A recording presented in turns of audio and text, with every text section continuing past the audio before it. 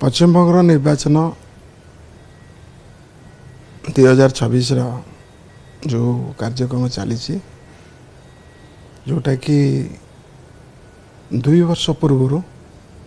ममता बनर्जी निर्वाचन कार्य आरंभ कर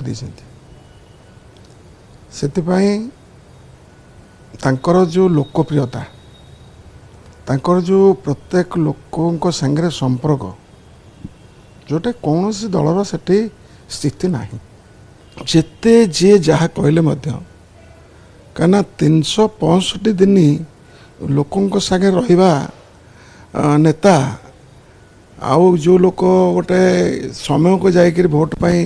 भोट भिक्षा मांगवा सी गोटे जिनस यहाँ बहुत फरक से आगामी दिन में जो मे 4 तारिख जो